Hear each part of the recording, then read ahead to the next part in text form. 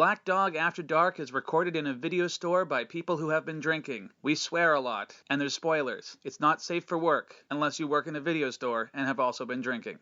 This urine is great. All right, you primitive screwheads, listen up. Roger, Roger. What's our vector, Victor? I have come here to chew bubblegum and kick ass. I know that, Mr. Man. They also call them cereals. I'm not stupid, you know. The story is ludicrous. You can imagine where it goes from here. Fixes the cable. I want to talk about drugs. Heroin! No, not heroin. Speed! No, not speed. Hashish! No, not even hashish. Horse tranquilizers? No, not horse tranquilizers. I just heard about this new drug that makes you happy. I just want to say, fuck happy! Some days it's dark. Some days I work. I work alone. I walk alone. And on that, welcome to show. It Is After Dark. It is Black Dog Video here in sunny, very sunny Vancouver, Canada. Well, not at the moment, but it was today. Yeah. And this is the Black Dog Video After Dark podcast, a.k.a. Black Dog After Dark. I am Dylan Reimer, comedian and sometimes employee of Black Dog Video. And to my left is... My name is Alex Chisholm. I'm also a longtime employee of Black Dog Video, and I'm also a programmer at Vancouver's Rio Theatre just down the street. I'm Darren Gay. I own this sweaty, shoddy establishment. Yeah, that's about it. And we have a special guest tonight, Craig Northey, who has a special connection to this film we're doing tonight, which is Brain Candy, Kids in the Hall Brain Candy. 1996. And I'll let Craig tell us what that special I'm honored to be a guest on the show, and I scored the movie. I made the music for the movie, and I since have done most of the things for the Kids in the Hall. Awesome. Musically. Just musically? Well, they're friends of mine. I do anything for them. Yeah. You know, Nice guys? they're lovely guys. Awesome. I'd assume that they would be. Yeah. No, I've never met them.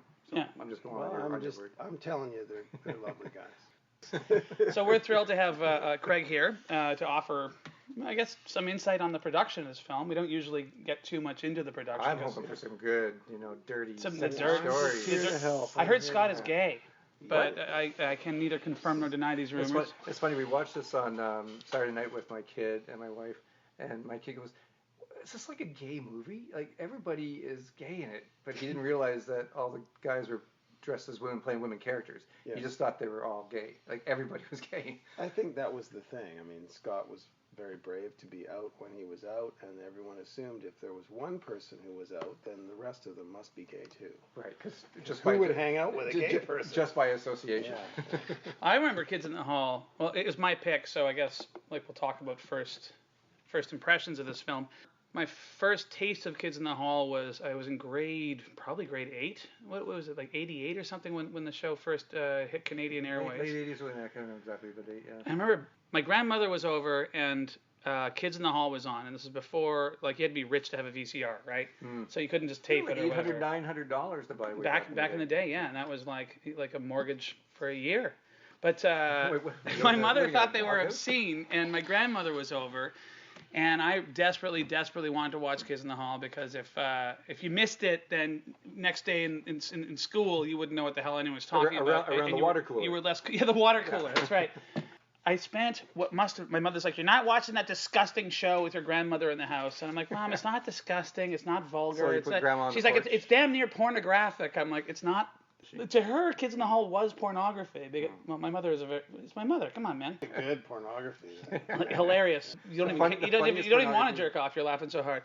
But like, I'd spent like a good 15 minutes just nagging and defending Kids in the Hall, and then the opening sketch was this one where Kevin McDonald is like this teenage boy who winds up being violated by a Rottweiler.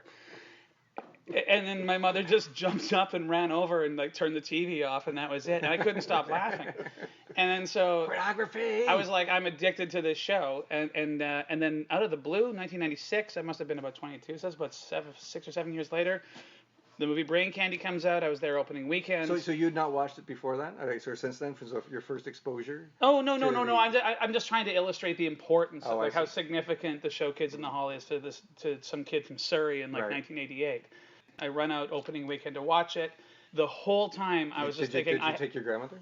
And all I could think the entire time I was watching it was, I have to come back on LSD. That's a whole podcast. Yeah. You on LSD, what you thought of the film. We're going to find out. Alex, first impressions of Kids in the Hall? Like Kids in the Hall in general? Or just the movie? Remind me, what year did this film come 96. out? 96. Okay. So 96? Mm-hmm. Really? Is that late? Yeah. Oh, I thought it was earlier than that. I first saw this film, not in theaters, but on video. So, I was living in Montreal at the time. I was in college. And I watched this film, me and my roommates, who were all Kids in the Hall fans, with a lot of apprehension because we were big Kids in the Hall fan. And let's face it, TV shows converted into films don't always really... Generally, they don't work out that well. They fall short. Look at all the bad Saturday Night Live movies that came out. Exactly. And then... But look at the good one. Blues Brothers? Wayne's World. Okay. But there were, mostly examples of films of that type adapted from TV that weren't good. The initial reviews and publicity really trashed this movie. Really moralistic stuff, because I even remember there was a review saying it was in the Montreal Gazette, I think, and it was talking about this hostile press junket they had because critics were really offended by the Cancer Boy character. And I'll get to that Cancer Boy character we're going to have later. to talk about Cancer. But I watched this film with a lot of apprehension. And my roommates and I, and the few friends who were there who were all from our Kids in the Hall, it just coincided. That's more or less, it wasn't so much we were avoiding, it's just let's all get together and watch it. When we finally made that happen, it blew us away. We all loved it. I completely loved it. And I was pissed off by all the shitty publicity the film had been getting and the unfair critical slamming, because I loved it. So it turns out something nice. It's really fascinating for me to hear this, because I was so deep in the dark hole of making the film, and then living what this felt like to have everybody look at it. It's so amazing. It's fascinating for me to hear. I'm sure it is. Yeah. I haven't really talked to anybody about it that much, other than fans who come up and say, "Hey, you did that? Right. That's so cool." Yeah. And so you're not going to hear from people who like the moralistic side of it. That's why I would watch it. If there was moral outrage. Yeah. I wasn't avoiding it. I wasn't avoiding it because of that. The reviews I read were just bad. I can't remember them all at the time, but whatever reviews I did read were bad. But I mean, the moralistic stuff, I wasn't certainly avoiding it because of that, but it just pissed me off even more because the film though, but those criticisms after I actually watched the film, I had only read about them without seeing the film. I was just whatever, I'll watch the movie. I wasn't taking them seriously or anything. But when I finally did watch the movie, I was outraged myself that people were outraged in the way they were. It's a completely brilliant film. Did you take to the streets? Just loved it instantly. Yeah. What is your first... The first time I saw Kids in the Hall, I was actually in Florida for some reason. And I probably had a few drinks and got back at the hotel room, and it came on, and I didn't even know what it was. And next thing I know, Gavin's asking if his head was made of veal, how much would it cost?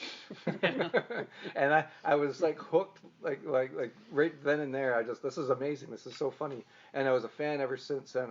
So I sought it out wherever it was, because it bounced around from between. I think it was on NBC for a while. CBS. It moved all over the place. And so I would follow it, and it was always great. And then when the movie came out, I had pretty high expectations. Unfortunately, those expectations weren't met for me. I liked a lot of it. A lot of it I thought wasn't really that great. Yeah. For a movie that I expected more. Maybe that was it, because I love these guys so much, and I expected more. And then, but it was still fun. And I haven't watched it since. I watched it. Same with you. I watched it on video when it came out. So probably around 1997, I guess. I guess it would be after I moved here on VHS. And Greg, you have a unique perspective on this. I do. I don't know where to start. I met the Kids in the Hall. I was also a fan. My first coming to the Kids in the Hall was the same way you guys did. I saw it on television, and in our band, we all related to it, loved it. And so when we were traveling or whatever, we had tapes of Kids in the Hall. We'd watch them all the time. And we came home from the road after our first album was out, and we'd been gone a lot, away from families and things like that. We were finally home, and Kids in the Hall were playing at the Vogue. And our practice space was next door in the basement of what is still the Roxy. And our tour manager was working on the show next door, and we couldn't get in. It was sold out. So he went to the show, and they were playing our album before the show. Oh, really? So he went up to the sound guy, Al Miller, who, if you're into the Kids in the Hall or Bruce's records, his name would pop out on the album. There's a song, I think, named after him. On the first record. And he said, so who decided to put the Odds album on now? He goes, oh, the kids did. They loved that band. So he came back and said, well, I work for them. Do you want me to bring them down? He says, yeah, bring them all tomorrow night. So we came down, and the rest is, we met. We had a party next door after the show, and I handed them the demo tape for our second album, like all the demos. And then we just started working together in dribs and drabs over time. They helped us with a video we made for a single on that next record, and later did more with us. And then when they were going to make Brain Candy, they said, do you think you could score a feature film? And I just went, yeah, of course I can. What are you going to say? How hard could it be? How hard could it be? Oh, and you guys are sort of breaking up, and yeah, Dave's mad, doesn't want to do the movie. And Scott's brother died, and your marriage is breaking up, and it was a dark time, and it was a really hard movie to make, and it was the first one I ever did. God, so glad I did. Did you do anything with a TV show? Not the first years. I did the series Death Comes to Town that they did a little while back. Never saw that. Was that good? You want to see that? It was pretty good. Yeah, it was pretty good. Yeah. I thought it was good. I always think it's good. Of course. But I thought it was great. And then I did Young Drunk Punk for Bruce, and I did Dog Park for Bruce, a feature film. And I've seen Dog Park. I've seen Dog Park. I saw it on CBC Late Night a few years ago, again when I was in Montreal. That's right. Wilson, yeah, I did that, and I did. So I'm doing a series for Bruce coming up, and he's worked on a series that my kids created. So it's a family affair. Oh right, he does the This Blows. This Blows, the web series, which is really good. Check it out. Check it out. Yeah. Is that a YouTube thing? CBC. Okay. My son directed it, and my He's daughter. my defense partner. He's a really good guy. Really good hockey player. And my daughter was the lead, and Bruce created it with my kids, so I got the gig, which is great. Mm-hmm. My kids finally got me a gig.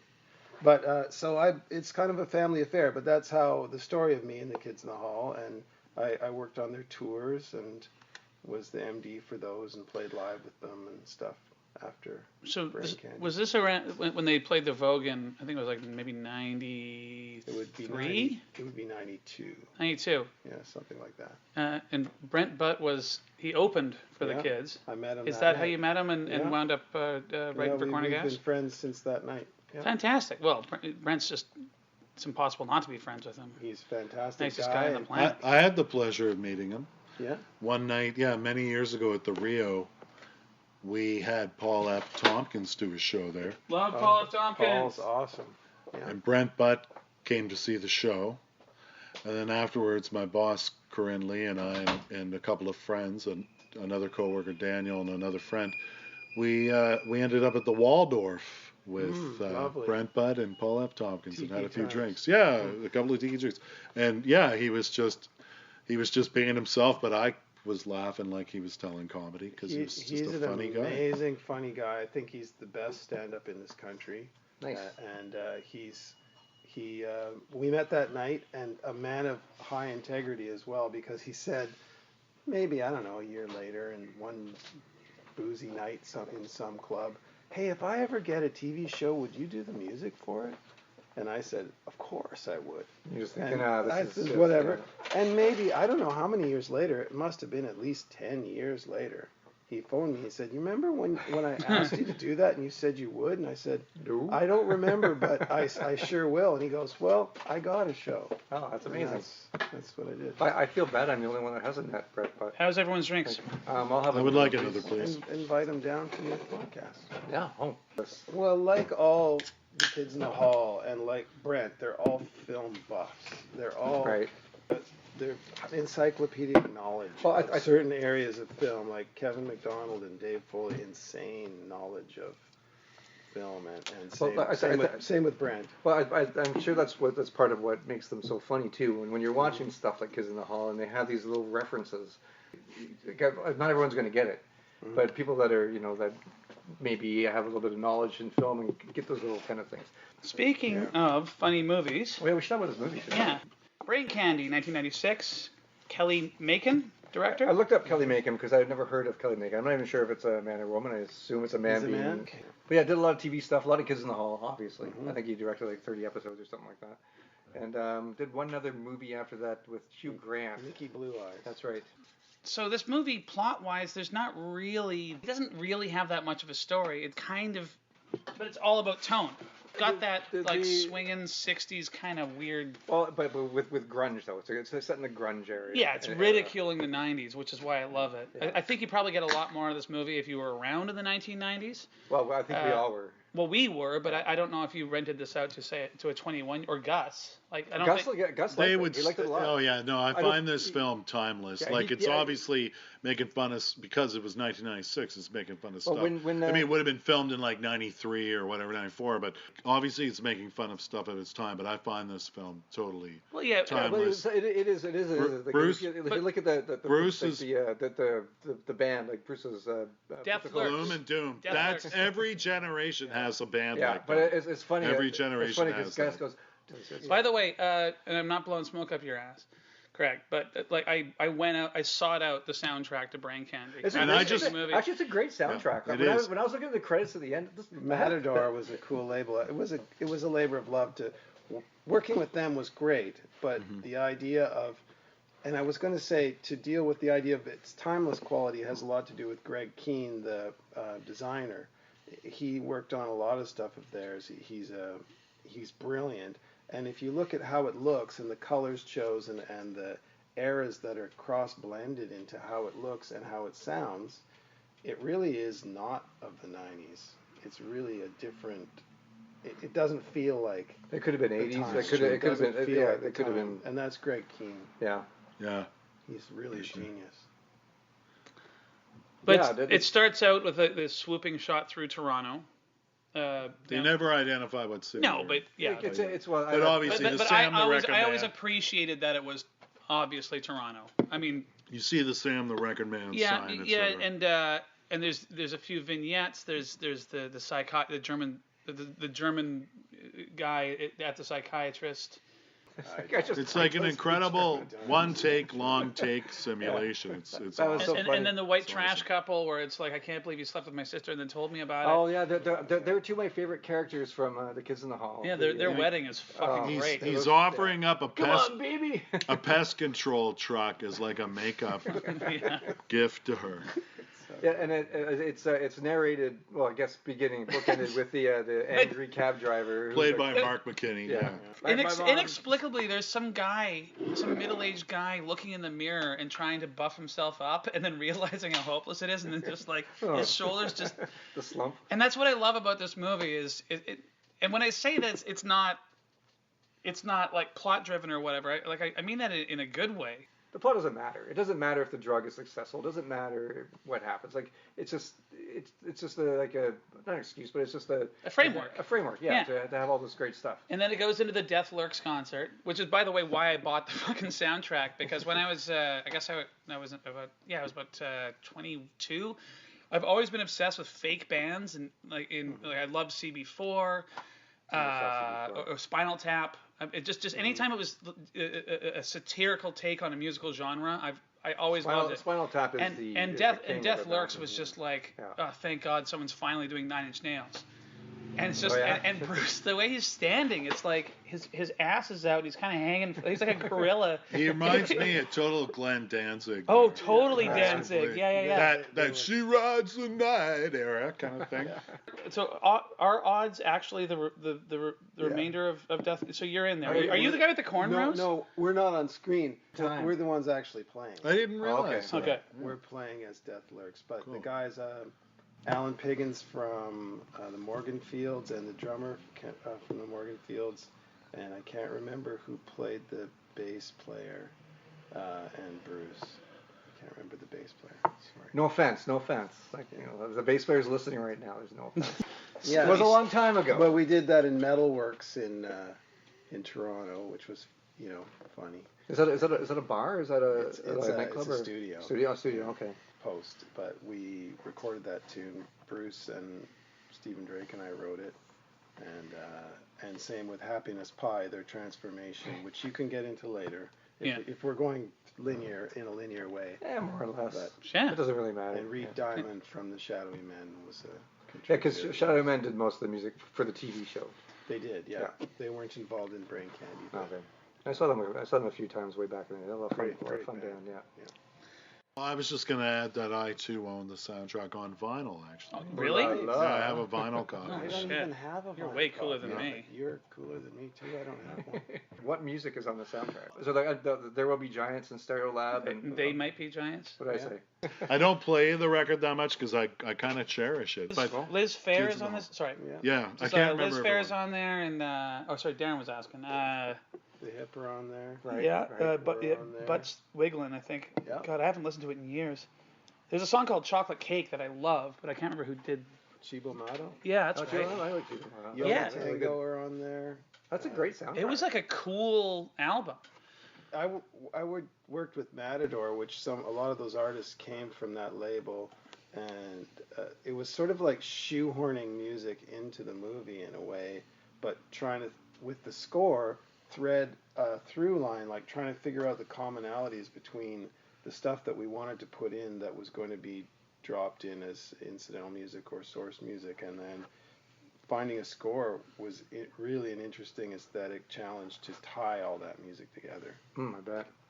So like do you have a hand in that? Like when you were doing so you were choosing, let's grab this hip song for the elevator scene and stuff like that. What I did was I asked the artists for their master tapes. Like Stereolab did 29 mixes of it. They were so nice. I was always been a huge Stereolab. Was so sweet. That's nice to hear. They went over the top, and then the hip gave me the multi-tracks because I said I really like this motif. Can I take your multi-tracks and score to it so that I can record on your masters and create these pieces where I wanted them to land and have the flexibility, and they were fantastic. That's pretty cool. It gives you room to work and not just be confined to what people want. And it was Doug Elliott, former Bomber, and myself and Pat Stewart in the basement of the Roxy doing this on a little tiny 16-channel board that we brought in there downstairs in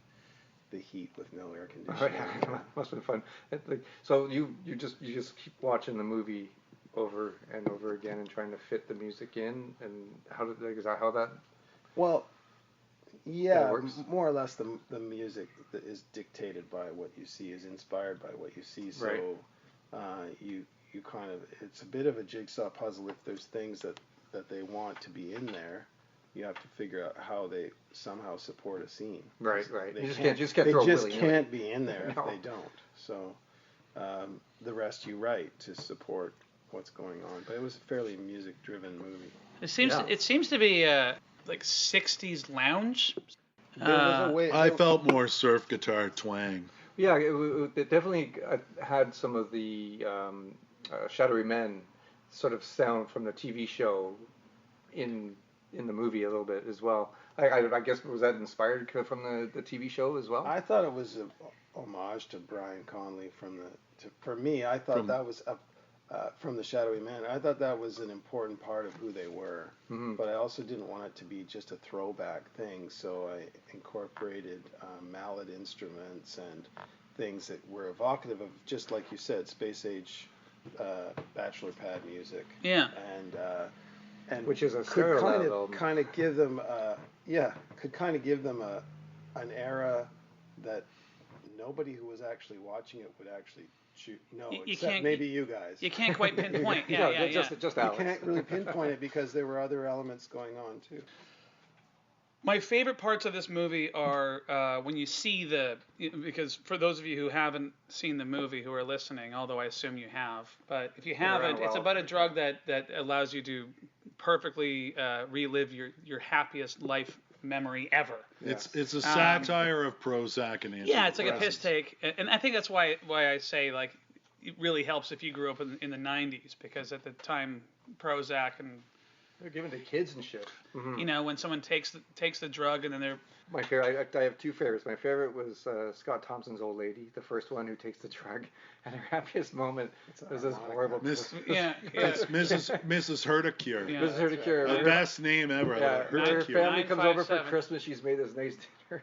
And it's Dave Foley and his awful family. His kids are screaming. He comes in, he downs a drink, and then they leave. And they leave right away by adding, you know how the kids hate old people, and like the kids are calling her stupid and stuff. It's a harmonica.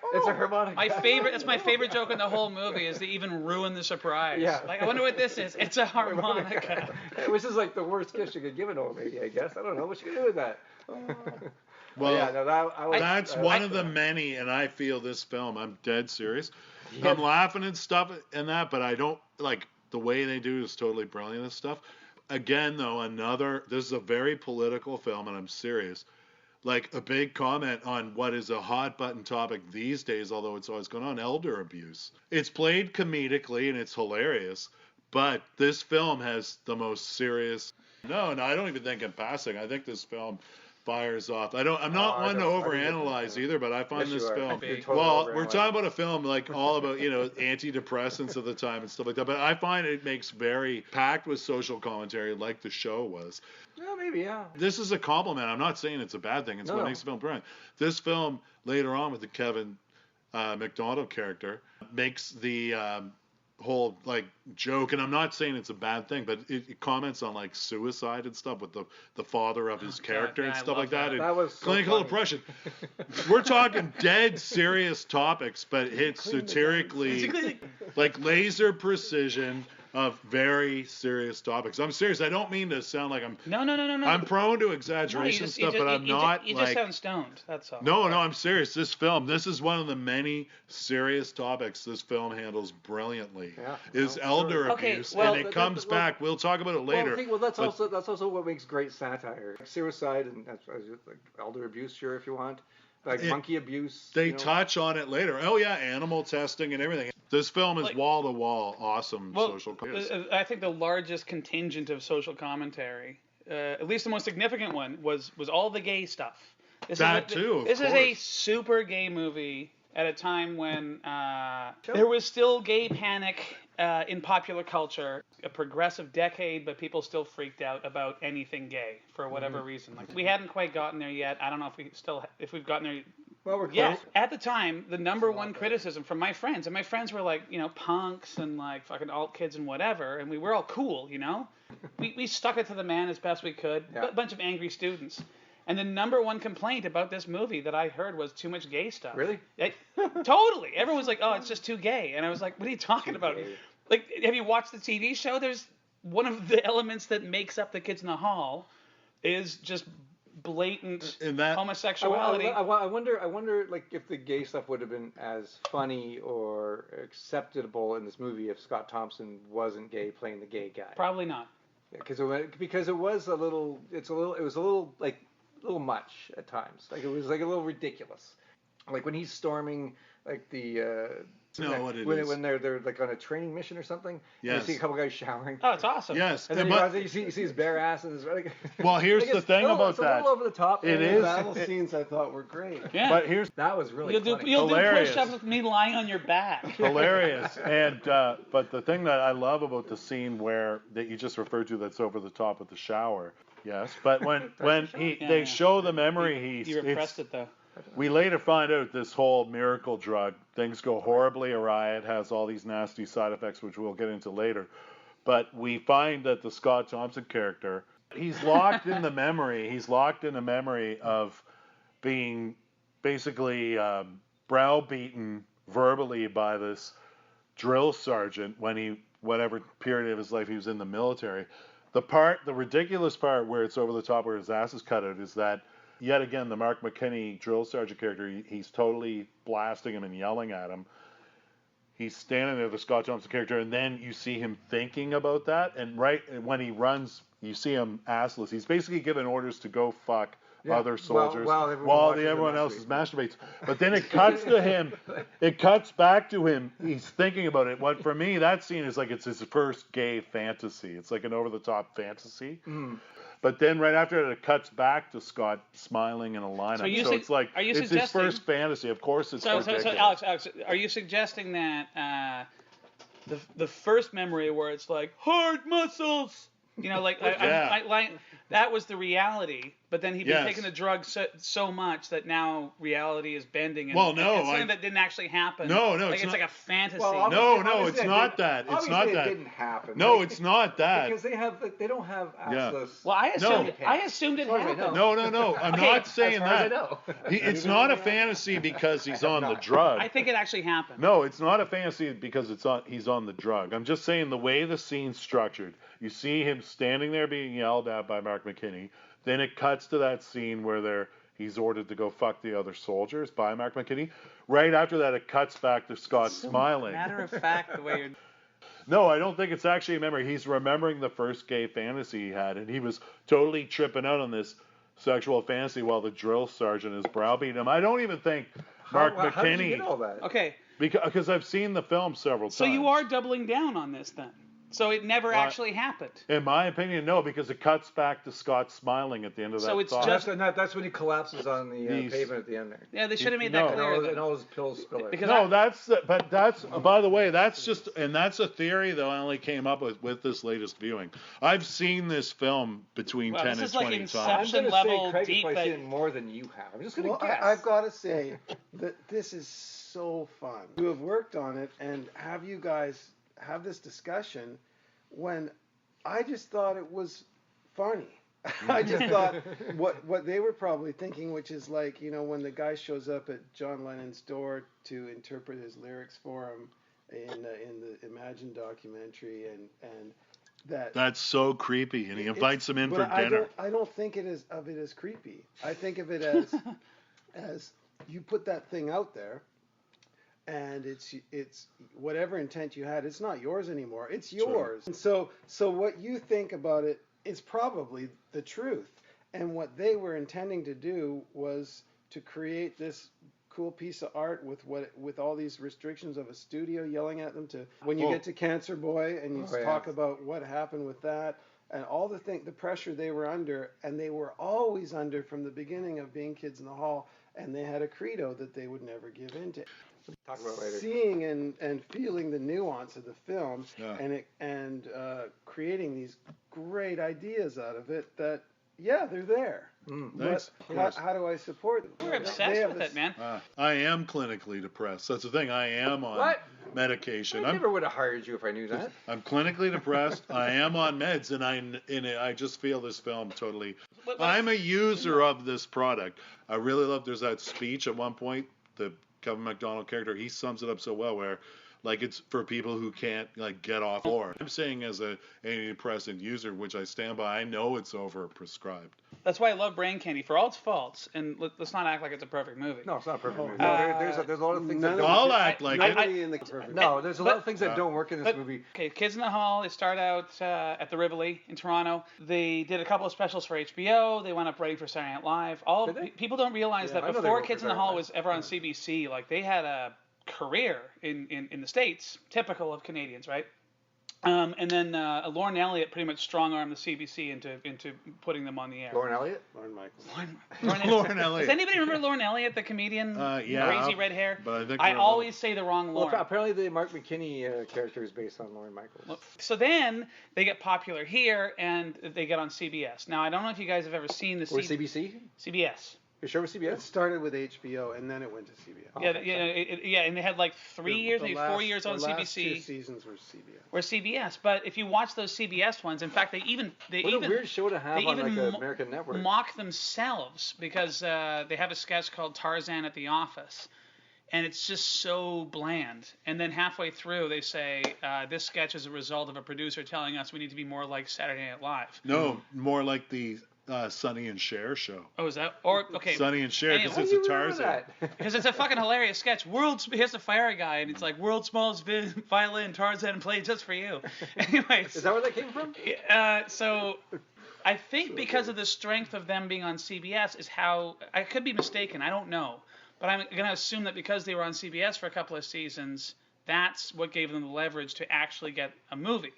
Now you got a movie, you're the kids in the hall, you're awesome, you're cutting edge, you're groundbreaking, but you're also on CBS. Right. And so when I watch this movie, I see both. I see a really original, brave film with a lot of really dumb, unfunny, bad jokes. Yeah.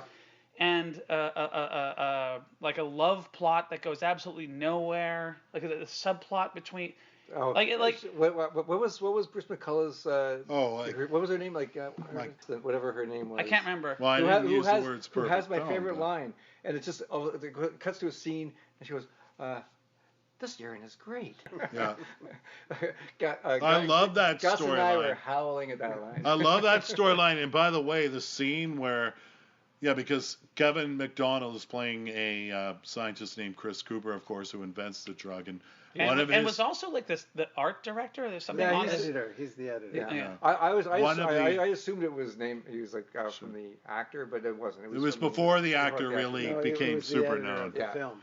But and then the Bruce McCullough character. I'm sorry, the character he plays, the female character, the scientist assistant. It's like Lisa slipping my name. I can't remember. Even though I watched it last night and I've seen it a million times. Deborah, maybe? There's only so much information. Brenda? Kathy from the show.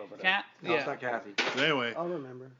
I found that completely charming, and there's this scene. It was totally unintentional. The filmmakers didn't know about it, but they skewer the cliche of like the romance that kind of goes nowhere. They're actually skewering a real cliche there of film. And Contact has a scene. The scene where Kevin McDonald, Robert Zemeckis, Kevin McDonald confessing his father's tragic past, inspiring for his current work. To the Bruce McCullough character, there's a scene almost identical and unintentionally hilarious because of the scene in the Kids in the Hall movie. They were made without knowing one another. Robert Zemeckis' Contact, there's a scene where Jodie Foster and Matthew McConaughey are laying in bed together and they share. Oh. I forget if it's it's been years since I've seen it, but it's either Jodie Foster to him or McConaughey to her. It's like, oh yeah, well my dad or whatever, and tells that same kind of sentimental story. And by the way, it didn't have the comic edge to it, though, did it? What? It wasn't. But it's hilarious because I wouldn't have found it that funny if Brain Candy didn't exist. But now that I've seen it in Brain Candy, I can't take that scene seriously at all. Okay, so am I the only one who sees a tonal inconsistency in this film? What do you mean? Like it's like on the one hand, it's cutting edge and it's. Like I would have rather they had no budget and just made like a super hardcore porn. Yes, actually that would have been amazing. For your grandma. Yeah. Skid marks in the hall. I don't know. What would you call it? Your drain candy. What would a Kids in the Hall porn be called?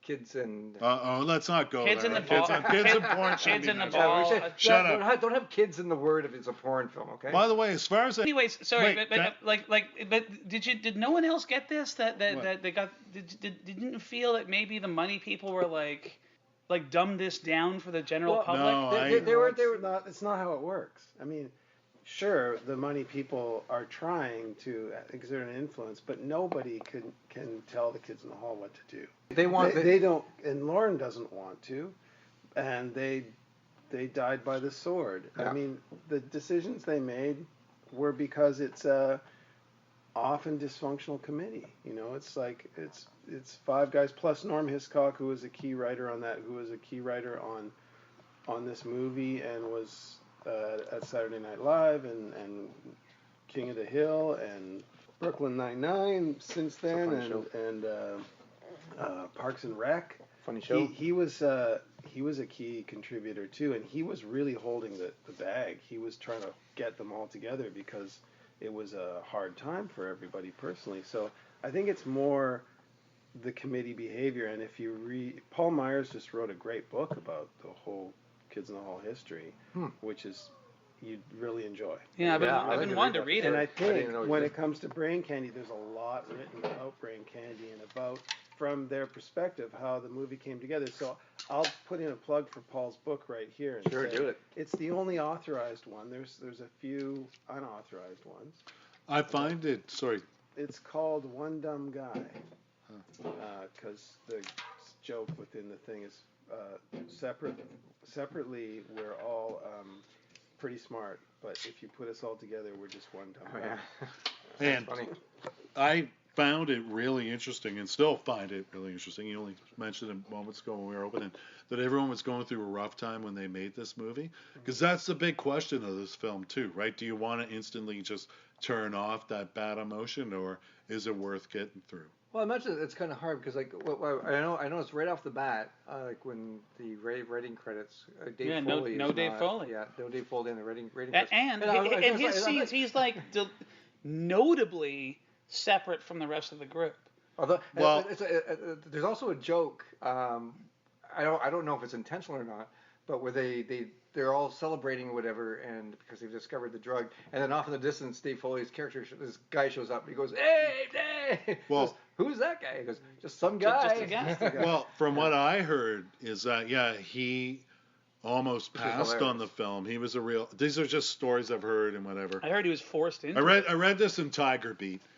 But I mean, no. It's just stubby here. I'm just one of those guys who dig for this kind of film. The story I heard was also because he had just been signed to News Radio, which, by the way, he'd been on News Radio for a couple of years, hadn't he? When the film was coming together, though, it was all was a confluence of events all happening at the same time. Yes, he was about. Here's what I heard: he was dissatisfied with the script and also had a lot of leverage with talk radio News Radio. I always confuse it with the title of the Oliver Stone, Eric Bogosian film. Please forgive me. Mm-hmm. No. News Radio. What I heard was he got that big deal to be on this top sitcom, and then, which by the way, is an excellent show. That's a great show. Didn't really live up to the critical expectations that were put on it, but because one of the directors of like Taxi, I think, directed the pilot or something. And they expected it. Basically, the buzz before that season of network television hit the air was that News Radio was going to be the mega smash. It's a great show, but it didn't reach those giant levels. And like Friends was kind of the surprise smash. But he could have just walked away from the movie. Apparently, from what I've heard, is that he was supposed to play Chris Cooper. At least that was what they were hoping, because he was the major network star. He was supposed to, but. I'm putting in another endorsement for the book because it explains all that, and you're quite close. Okay. Quite close. Yeah, I'm not trying to say, hey, look, this is just you digging. did some good digging. Thank you. No, it's quite close. Nice. But yeah, if anything's wrong there. I would have loved to see Dave Foley as Kevin McDonald. I love Kevin McDonald. He's great, but I would love to see Dave Foley to have him. Here's the thing, though. In my own Kids in the Hall loving brain, I would like to have. There's a scenario where there's like 5 versions and they're all playing different characters. Yeah. Kevin McDonald nailed it. Kevin McDonald nailed. Yeah, of course they were. But I just mean for that lead character, Kevin McDonald, I thought totally nailed it. And there is some bias because I have to just say this: he's always been my favorite kid. He's the way he says may I have a chamomile tea, please? It's just no one says it like that. He's always been my favorite member of the band I like or whatever. He's my favorite, but. I think he totally nails it. But yeah, of course Dave Foley could have done a great job doing it. And I think any one of them could have. But the way it did come together, I'm totally satisfied with that. Yeah, you're okay with that? Casting choice, yes. I'll tell you, retroactively, it gets my stamp of approval. So Craig, you say... Sorry, I think we're going to say the same thing. Yes, you go ahead. Well, you said you were close to the mark there. So do you know the full story, the behind-the-scene thing? Sure I do. Yeah. Are you allowed? Are you at liberty to say? Did you sign a non-disclosure agreement? I don't want you. Every film's an NDA, but I wouldn't. no, but it's a long time ago. But, yeah. I'll say the catharsis from the whole, there was a tension there, and he did leave the troupe. So he said, "I quit," basically. But he did it under duress, and it wasn't fun on the set. It was such a because they came as, like you hear of all these troops, they come in kind of dyads where Kevin and Dave were best friends, and Mark and Bruce came together as from one area, and Scott was kind of the guy who came in last. And at one time there were like 10 people in the Kids in the Hall in Toronto, and a lot of them are in this film, but there's these close relationships, and then they build other ones as they go through things. So it was really sad time to see that tension. And I only spent a couple days on set because my job was to do other stuff and didn't have to be there. But you're really close to the truth, and the book, it flushes out all those details for you. Okay, I'll take a look at it for sure. And you get it from everybody's perspective. That's a common thing because, like I'm a Rolling Stones fanatic, and Mick Taylor, of course, one of the most famous kind of departures from that band. I read where at the time, I looked up articles. Speaking of departures. Departures, indeed. But who was it, Armet Erdogan, who ran Atlantic? They were like being distributed by Atlantic. He insisted they get him back before he officially, he had quit the band, but there was severe record company pressure to, get him back in the band and stuff like that. So I suppose there would have been a lot of contractual leanings. I'm not, I can't remember the device by which Dave came back to the fold to make the movie. I can't remember whether it was pressure or what it was, but he wasn't happy to be there. And here's the thing, though. He's not in it much, and he's the only kid that doesn't play a woman character. And here's the thing, though. The sexiest woman too. And I was going to say. It's like that. Mark's pretty hot. I think Bruce is pretty hot. And by the way, I like the tall lady. I've said it once. I've said it a million times more. But this has been stated by other people since. But I noticed it right away. Is that Dave Fola and Isabella Rossellini were separated at birth?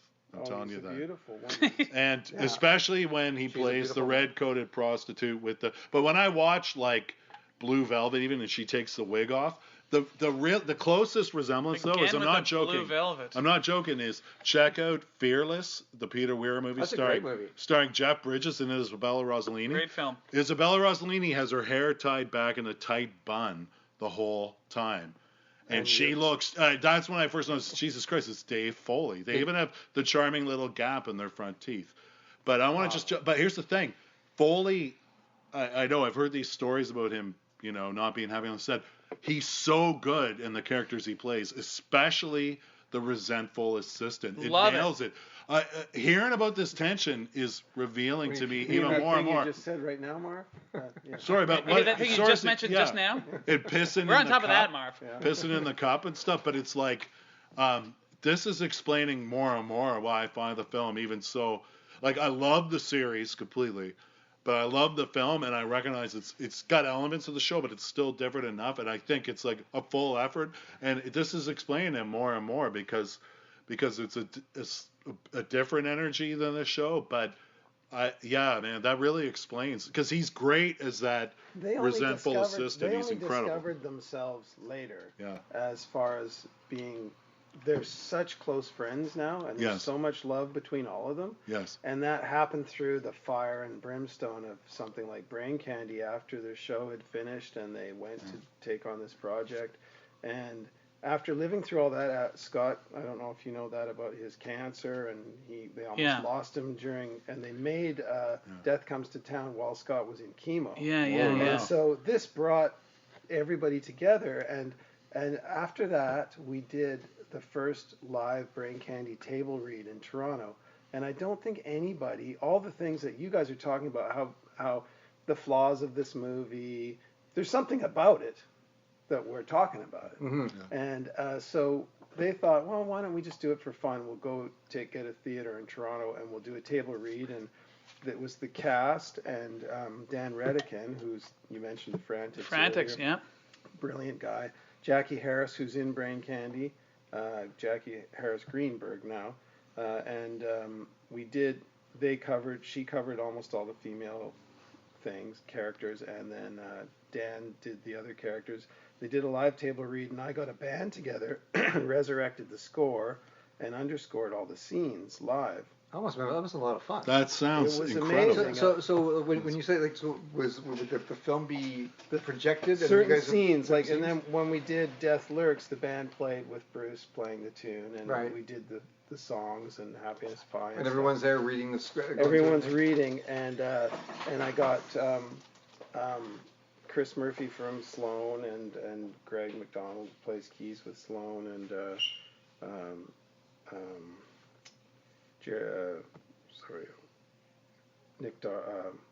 Tom Darcy and Kevin Hilliard, so Toronto guys, and we had a band, and Gord Downey sang Butts Wigglin' at the end with us, and that must have been great.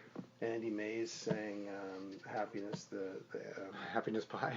No, he sang Happiness, which is the Matthew Sweet song in the tail credits. But But we did it, and there's 3,000 people there.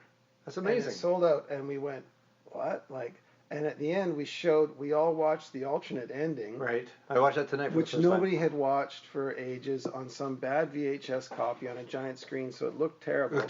Sure. But I looked over at everybody, and everybody had their arms around each other, and it was like that moment where, I guess it's all healed now. No, that's amazing. Oh, wow. It was a beautiful moment. Yeah. And then we did it again in San Francisco, and Bobcat Goldthwait did some of the characters. Oh, really? Oh, amazing. Did you do Cancer Boy? Yeah, he didn't do Cancer Boy. Cancer Boy! I am the whistling. I wrote that tune, and I'm the whistler. I think, again, Cancer Boy. Me whistling. Oh, awesome. Another thing that really... Because that was fucking hilarious. Again, Gus and I The were Fields like... of Athenry, yeah. So we... Whistle while you're low. We need to talk about Cancer Boy. Sure. Because this is the other thing, other than the gay... It's like the two things Is that Cancer Boy gay? The thing... I don't know. Is that what you're learning to? Well, no. But when this movie came out, and I was raving about it constantly, like I was a full-on brain candy nerd. What are you doing? He's showing a boxes with Isabel Rossellini and Dave Foley. It's crazy. Yeah, they do look alike, that's for sure. I'm being blinded. Hold on. It's true. Listeners, if you can see this, brother-sister resemblance I don't know. that completely fades They got with the wig. the same eyebrows, but I don't see it. I do see it. Anyways. Alex has a point. Yes. They could be cousins. We should get a photo of you holding these boxes later. Anyways, okay, so the two main complaints against this film that I had, because again, when it came out... By the way, I'm not the complaint department. You're not? Well, it's closed. You're the closest thing to it. Yes. Was they would either say it was too gay, or they would say I thought Cancer Boy was just wildly inappropriate. I know. The line. Was it Universal? Was that the studio behind Paramount? No, they did not want Cancer Boy. These are in not the even movie. studios. These are just people who are kids in the hall But fans. did you still feel in 2019 that it's too gay? Well, I watched Too Gay. No, Well, God no. No, I never thought it was too gay. I just thought the gay was just too exaggerated. I don't know. There's actually just one scene, actually two scenes in particular I thought were just like, oh, come on. Which it scenes? was when the cops run into the bathroom. That's in the park, my favorite and 1,000 scene. dudes run out. It's which is good. funny. That was funny. But when they did the callback later, when they're in the lab, and all the dudes run out again, I was like, oh. To me that made me groan. I liked it even more. Really? I liked it even more. You like the callback? I remember at the time thinking the callback joke was kind of obvious and dumb, but for some reason I watched it last night with a friend of mine, and it's fucking hilarious watching Scott Thompson walk out in the shorts with the mustache and like, what it was, all yours, Captain, or whatever. It's just unabashedly and brazenly. Sure, actually for that time, I think it's like that's amazing that they did that. And that also most likely. I think it's fun. I just see it as fun. Like for me, I'm a hard sell when it comes to comedies. Like it takes a lot. It's got to be really clever and funny to make me laugh, or really stupid and funny.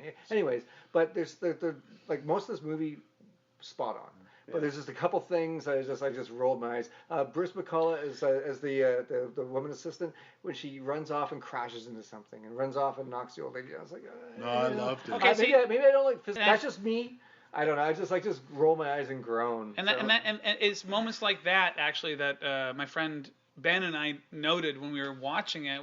It was like, I wonder if, like when I say it's tonally inconsistent, it's like it just seemed like the slapstick or whatever just felt kind of tacked on or whatever. I used to like slapstick when I was a kid. I love that kind of shit. I don't like it anymore. I just find it forced and really, especially in a movie like this where it has a lot of clever bits and a lot of clever, funny comedy. No, it's just it didn't work for me. What about when every time Scott Thompson is sitting on the bed and I hear Mr. November and he's got that glass of water next to him. I don't know. That's you? Yeah. You're Mr. November? That's your ass? I'm saying it, yeah. Oh, okay. No, I'm saying I thought you were in the video. No. But no, it's fucking hilarious. There's just something hilarious about it. And now it's almost like you're free to laugh at it, but it was in 96, this was actually cutting edge. This was controversial, and this put off a lot of my friends. No, but it's my still college age cutting friends edge. who were super progressive. It's still cutting edge and controversial. For sure, but I'm just saying, like, was it 22 but years ago? You're saying the tonal discrepancy is between the romantic plot and that kind of stuff? No. Or maybe it's just a matter of. I'm saying in the script, it's really, really smart at points and then really, really dumb at other points. And I kind of felt like maybe they were under pressure from the studio to dumb it down. I'm realizing now that I'm way off base in that suspicion. You're damn right you are, because I just don't see the dumb bits. This movie is fucking stupid sometimes. And you looking for tonal discrepancies, is that what you're referring to? Yeah. Right now I'm thinking of Mark's character when he's like, oh, at the swimming pool, I gotta have that fixed. Yeah, that's like, great. What are you reaching? Tone, okay? I like the movie, man. I'm just saying it's not perfect. And I've not said perfect, but I'll tell you one thing. Say, I'm just gonna. Everybody's right. I'm gonna rip the cover off. Everybody's right. It's true. Everybody is right here because there's no filler in the movie because they had so much stuff. There was no reason for there to be filler. They just made choices that you might not have agreed with. The gay stuff and then Cancer Boy seem to be the two major complaints of this movie back in 1996. Cancer Boy is nowadays I don't think Cancer anybody would criticize the gay stuff now, but people are still criticizing what is Cancer it about Boy. Cancer Boy that you would criticize? It seems like Bruce is making fun of children with cancer. Or the thing is just to have jokes based around. Are you saying you agree with that, or that was the criticism? No, I'm saying that's the criticism, and I got to be honest, I kind of agree with it. Well, I don't, because there's also a tradition. What satirical comment is being made about?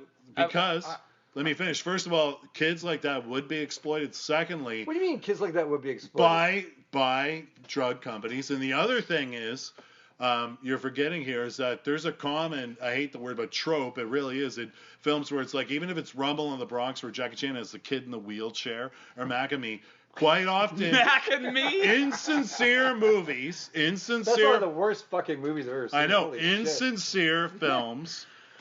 It's a cliche to stick in a sick kid or some kind of emotional heartstring tug. That's all they're making fun of. They're not making fun of kids with cancer. They're making fun of the heartstring. About Cancer Boy was that once you reach a certain level of celebrity like Dr. Chris Cooper had at the party, is that you're obligated to touch the hem. Somebody has to touch the hem of your garment and be cured, and your whole thing. And they bring people's problems to you. And they were just sort of illustrating that, I think, as well as what you may have interpreted. I think that was some of the intention. Mm-hmm. Well, I agree. What Cancer Boy was something that was presented to the celebrities. But I agree with you there. But he's also a running character on the television show, and so like to have that. Because he's a beloved. He's one of my favorite characters. Yeah. Really? I love I've used him, and I'm not kidding. He's been my Facebook profile pic. And you do look a lot. I do. I'll tell you, man. And the Cancer Boy scenes were my favorite in the movie, and I wanted more. Gus and I, as soon as he came on, Gus was like, "Oh no!" Yeah. Because all of a sudden there's a kid with cancer in a wheelchair, and he's bald and he's goofy. But after he says a few lines, we're on the floor laughing. My marrow. I recognize that as well. Like obviously, like celebrities I mean, bands have to do like visits to sick kids in hospitals and stuff. Yeah, of course. What's he as a celebrity going to do that someone who's qualified could do much better? But the idea of being able to laugh at anything, doesn't that save us? For sure. And especially the darkest, most horrible things. Like, is there anything worse than a child with cancer? I can't think of anything. There's nothing. No, it's horrifying. Maybe 2 children with cancer. Yeah. That would be Two children with cancer under the wheel of an 18-wheeler. Maybe that's even no, because that's then not it's over. bad. Oh, shut. Well, what if it just hits their legs? I remember actually doing it, thinking my first response was, "Oh, wow." But as soon as I was working on it creatively and trying to create the sound of Cancer Boy and everything like that, When you say create the sound, like what would your your input? What would you do to? What was your part in that scene with Cancer Boy? With Cancer Boy, well, there was the Fields of Athenry. I think is a traditional that he sings with too. So I had to create the music for the video and sync it to what Cancer Boy was doing, just benignly whistling. And I had to whistle the tune, and also Whistle While You're Low. I created that song, awesome. And I was the whistler. That's awesome. But it was, for me, that was like the 2 scenes with Cancer Boy were my favorite in the movie. And the whistling thing at the was brilliant. And just so you know, too, I hate to be but it's like, it sounds mean if someone's listening. Oh yeah, they're laughing at cancer. Like, there's an overwhelmingly huge rate of cancer in my family and stuff like that. So believe me, it's like it was a relief to see a character like this because you're so expected, even in your memories, if you're thinking of someone you've lost to cancer, you're like dead serious all the time. But it's just like, you know what I mean? God damn it. Well, laugh at anything. It was the one thing that studio stood on and said, you can't have Cancer Boy in your movie.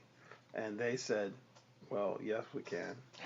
I love that. And so I'm so happy that they stood on that hill, and it reduced the number of screens that it was released on by like I think a 10th. Really? What it was supposed to be on. It submarined their movie. Really?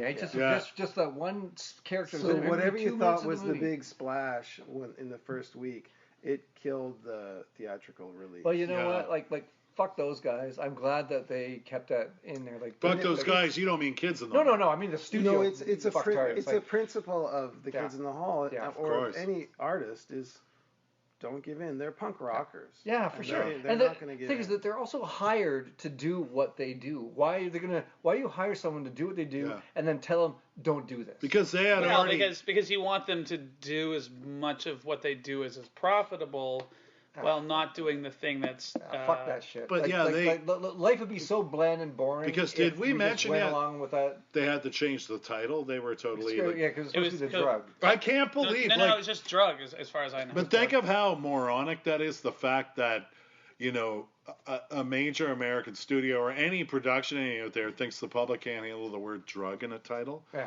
Like, what is that? I don't get that at all. And it's like, whatever. Brain Candy, the title still works for me. I didn't find out that information. Although the words Brain Candy never came up in the movie. It was always the drug. Brain Candy is a better title. But it's a better title anyway, so. Yeah. Either one works for me. I just hate the fact that they're told, or that things have to change like that. Actually, a good example of that is Paul Thomas Anderson's first movie, Heart 8. Yes. Was originally called Sydney.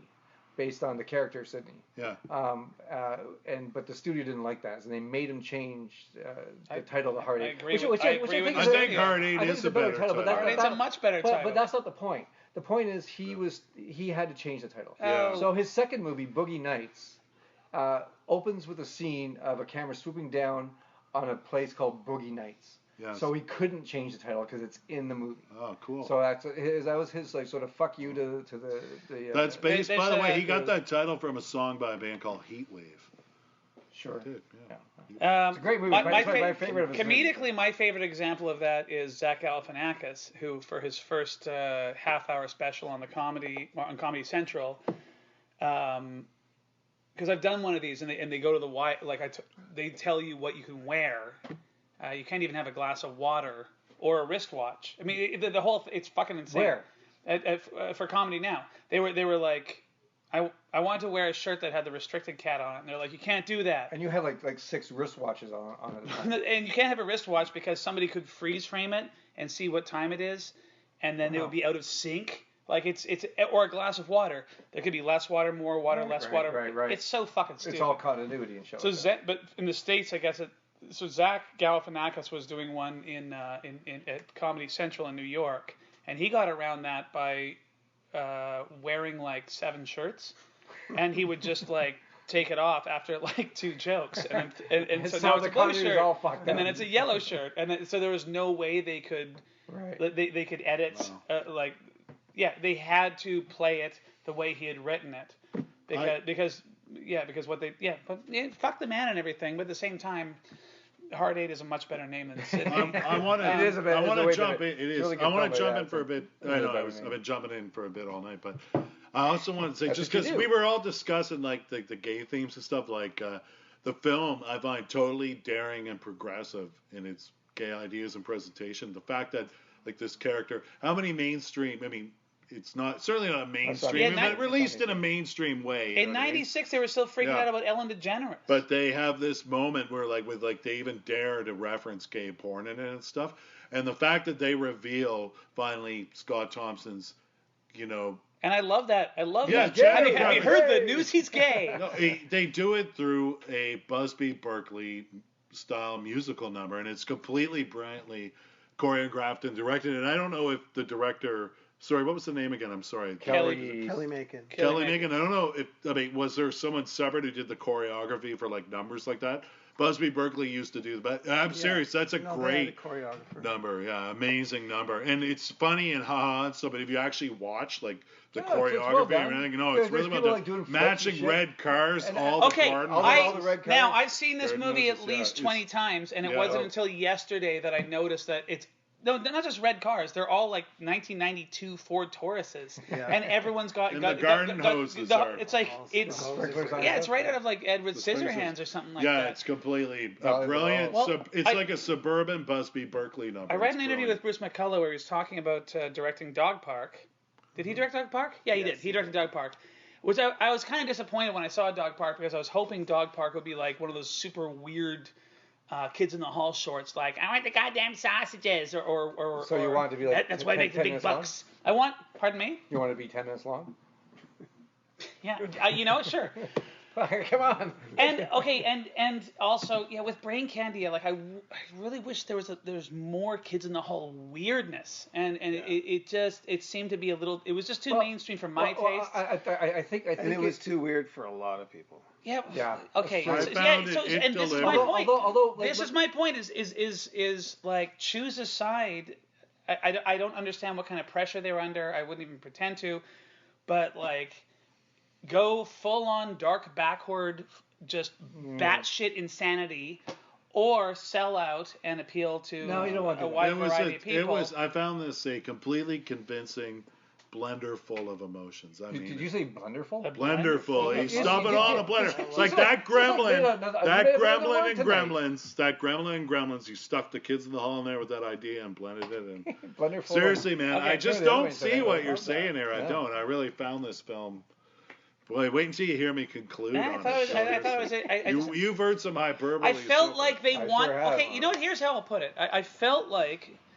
And every time I've seen this movie, I felt this way. I felt like they really would have loved to have been way more out there, but they were constrained by the money people. That's the feeling I get from Brain Candy. But I found this reasonably out there. It's pretty out there, but when you watch, my goddamn sausages, I was hoping for Terry Gilliam level fucking weirdness. Yeah, but there was. But in each of those sketches you're talking about, like Sausages, which is brilliant.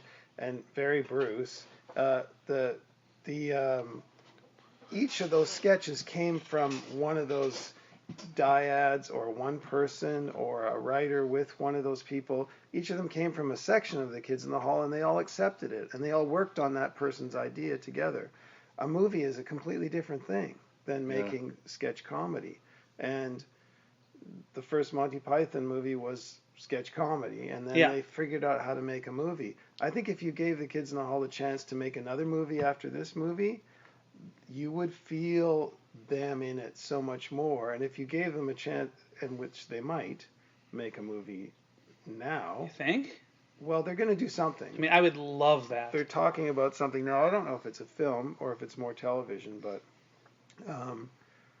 I think that you would see they've learned so much about that process, about what it is to make a film. Yeah, this is their first shot, right? Bruce has been a great director for years now, and Mark is directing now, and they've done so much other sort of episodic television and narratives. Slings and Arrows from Mark and a whole bunch of other great things. I think that they bring so much more to it now. I saw Bruce's one-man show years ago. One drunk punk at the York. Young drunk punk. Sorry, that's what I meant. Yeah, drunk. Yeah, I saw it at the Fire Hall a couple of years ago. Mm-hmm. But yeah. Or even bigger cities, maybe. Oh, never mind. Slightly bigger cities. I didn't see that one, but I saw the. But yeah, Scott Thompson did do a show. I also work at the Rio Theater, and he did do a show there a few years ago. You have your photograph of them. I've seen that's right. Two stand-up evenings there. You were wearing assless pants at that time, weren't you? Well, they've all got. No, I was wearing an assless really monk robe like the one in Gymkhana. That's what I was wearing. Every one of them's gotten great at doing stuff on their own on stage. Yes. Which is, they all didn't come from stand-up, but they all can do it now. And they've That's pretty impressive. They've created and kept moving, every single one of them, even if you lost track. That's so right. It's amazing when they come together. It's true. Some heavy hitters. Because I saw their reunion show a few years ago at the Queen Elizabeth, and I loved it. I had a great time. Scott Thompson, it was really interesting because he did these two shows. It was on a Friday and a Saturday. And he did Fresh Buddy Cole material as well. But we programmed as a midnight movie.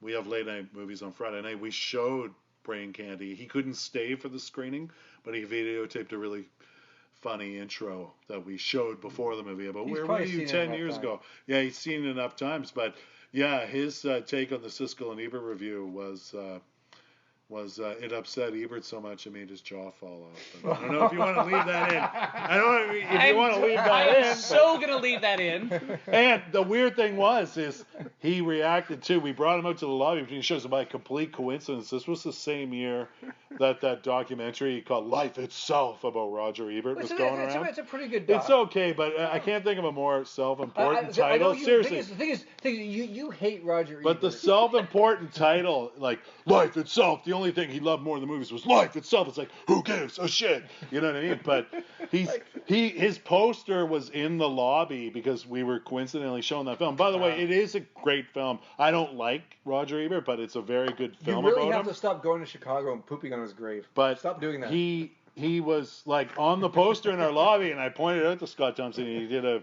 mock like a freak out kind of thing. He doesn't piss on his grave; he poops on his grave. That's the thing. I was always way more of bringing it back to that is I was always way more of a Gene Siskel person. I totally agree with his reviews generally, but I seldom, if ever, like Roger Ebert called Sylvester Stallone the next Marlon Brando. Okay, he really did. Well, when the first Rocky, everyone makes mistakes. Yeah, but you can't extrapolate a whole career based on one performance. It's a bit extreme. What about James Dean? He's held in such high regard. He made 3 movies. But they're all excellent. They're all excellent. We'll never know. We'll never know. He may have done a bad sitcom after that. We'll never know, right? But Ebert was, I don't know, man. I'm not a fan at all. I got one here. But yeah, I met Scott Thompson. But no, it was a real pleasure. He did a great. He did 2 excellent shows. Should we kind of wrap this thing up? What do you guys think? Well, I'm wondering if we should talk about the alternative ending, but I haven't watched it myself. I watched it this afternoon. It's fine. It was weird. It was weird and disjointed. And I didn't really know what was going on. There's some funny things in it actually. There's a character who sort of turns up. Well, there's a funny bit where Kevin McDonald's character Chris Cooper goes back on that talk show, and he's yelling at all the audience, like all the things that he thinks should be back in everyone's lives, and one of the things he says is, "Dads who commit suicide," which I watched this on my laptop on the couch, and I just started laughing because it was such a funny like little. It's couched in a whole bunch of other things that people are missing because everyone's all happy, but Yeah, it was very funny. But the whole the getting kidnapped thing. I don't know if that ending was worse or better. It was just different. Worse. Yeah, it was a little disjointed the way. I don't know if the way it's edited and put together, that's the way it would have ended. But watching it, It was canned before it was finished editing. Was it? Yeah, because it seemed kind of scattershot. And a little. I like the idea that there was what? Why are you showing me that? A little what? What's wrong with you? Oh, here we go. I really like. I love the idea that there was like an underground organization so the alternate ending that never got aired has to do with Dr. Chris Cooper getting kidnapped by Dave Foley, who's like the head of like some sort of like underground organization.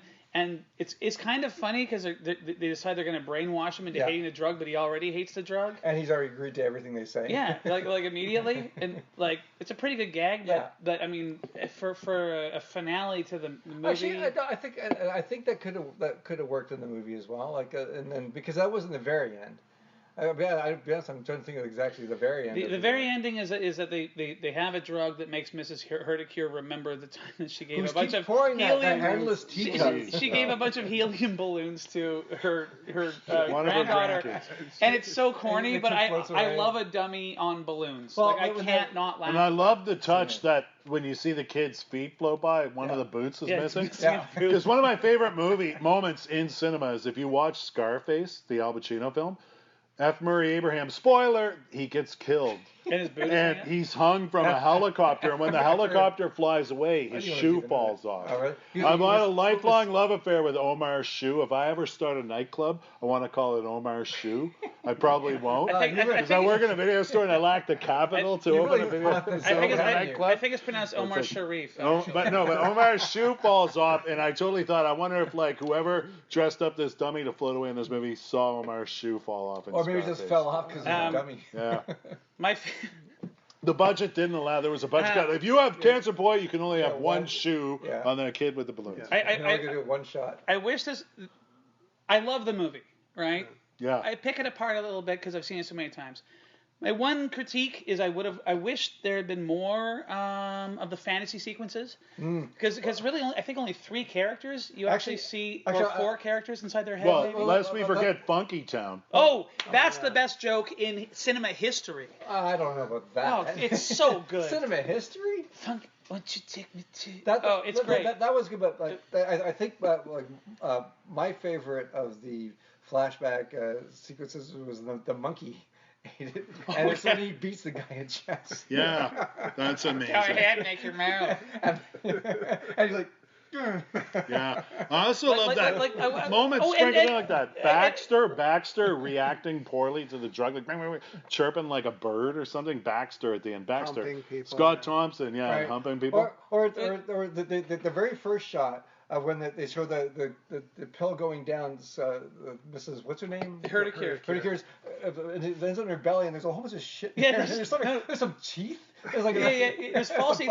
And my favorite, a fish skeleton, which is right out of Looney Tunes from like the 50s. Like the fish skeleton is my favorite thing. And by the way, there's another comment that comes back. Like I said earlier, I brought up about elder abuse being addressed in this film.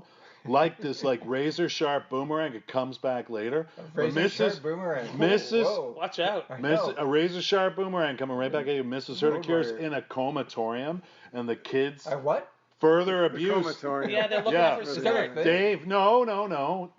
Well, there's that too, but no, when she's in the comatorium. Yes, I know. Dave Foley and the evil son from the Christmas flashback and his wife, his totally bitchy wife, come back and accept the check and stuff. And they also manipulate the press further because the woman who's been in all the boardroom scenes and who's massaging Mark McKinney's evil boss's head at one point, she's in disguise as a reporter going, wow, that's a lot of money. Like triggers. Pleasing. She's planted and she totally triggers this reaction in the press. Jackie Harris Greenberg. She's amazing in it, and it's a very small part, but again, it's the cliche, there's no small parts. It's true. Seriously, she comes in there and it's like that nasty little media comment again. Yeah. And again, the elder abuse being addressed. It's a very political movie. It really is. I'll take I may meet Bruce McCullough at some point.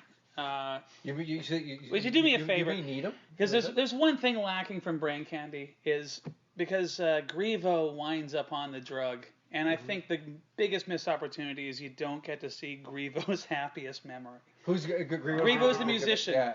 I would have just fucking loved to have seen that guy's happiest memory. Do you know what would be the best? Is just to ask him what it would be. There you go. If I ever meet Bruce, but next time you see him, on my behalf, email me the answer. For Dylan, ask him what it is and let us know. So we are coming to the end of our podcast, which is where, obviously I'll recommend it. Obviously it holds up. In fact, I think it's a shame more people aren't watching it now. Actually, it kind of bums me out. Maybe they will after the show.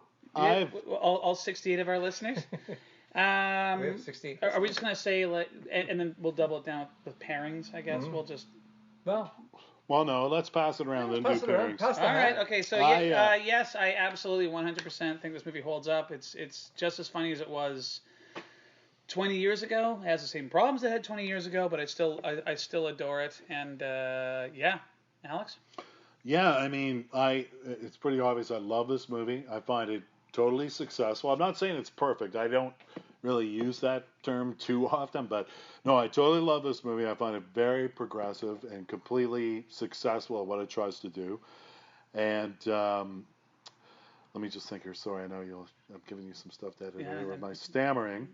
You're stammering? Yeah, I'm stammering, yeah. But no, I find it completely successful. Yes, I'm stammering. And I agree right away. For example, I don't know if it's going to make the edit or not, but we were talking earlier with the Siskel and Ebert, like when Gene Siskel's saying like this film will be a cult movie. I know it still hasn't quite happened. By the way, I've always owned this movie. I owned it on VHS. You owned bought it right away. Yeah.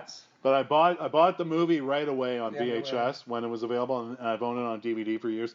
It's one of my most recommended movies to friends, and I'm serious, whether it's customers here or friends that lend the movie to, I've yet to actually meet someone who's disappointed by it. Everyone goes on and about how good it is. And you were bringing up Bruce earlier. I read an interview with Bruce once in some Montreal publication when I was living there, and he actually even said, like the interviewer threw him kind of a snarky kind of curveball question about the lack of success of the movie, and he said how films get a second life on video, and people tell him it's brilliant. I totally agree with that. I imagine more people have seen it on video. It still hasn't happened, but I'm not joking. It still hasn't happened. But hey, 50 years from now, if you can find this podcast somewhere, 50, how about 100? I'm saying the world's gonna be dead 50 years from now, I'm not shitting you. I'm 50 years from now. Like scavenging for like flesh and water, like on a desert I'm serious. planet in 50 years. 50 years from now, I'm serious. I'm doing that on Saturday night.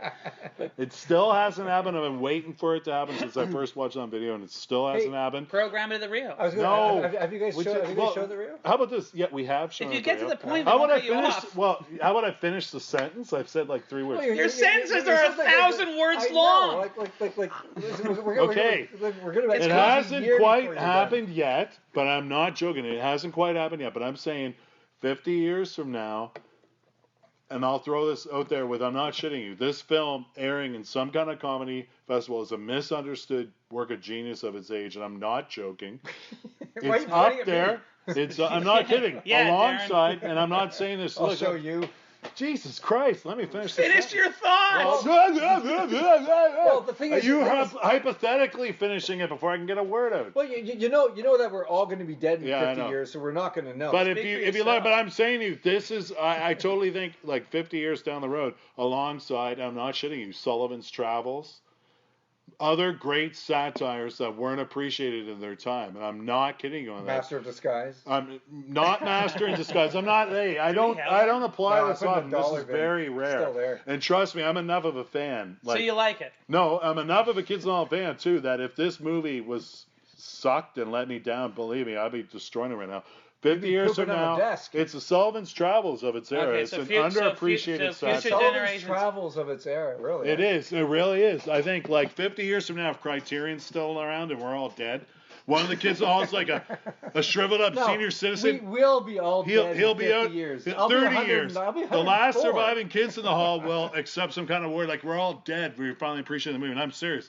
I really put It'll it be up Paul there with, Bellini. like, Paul Bellini, and he won't have aged a fucking day. And it's like, yeah, it's really totally underappreciated satire. Okay, great. I Darren, really how do you feel about this movie? Holy shit! Well, how do I follow that fucking crazy rant up?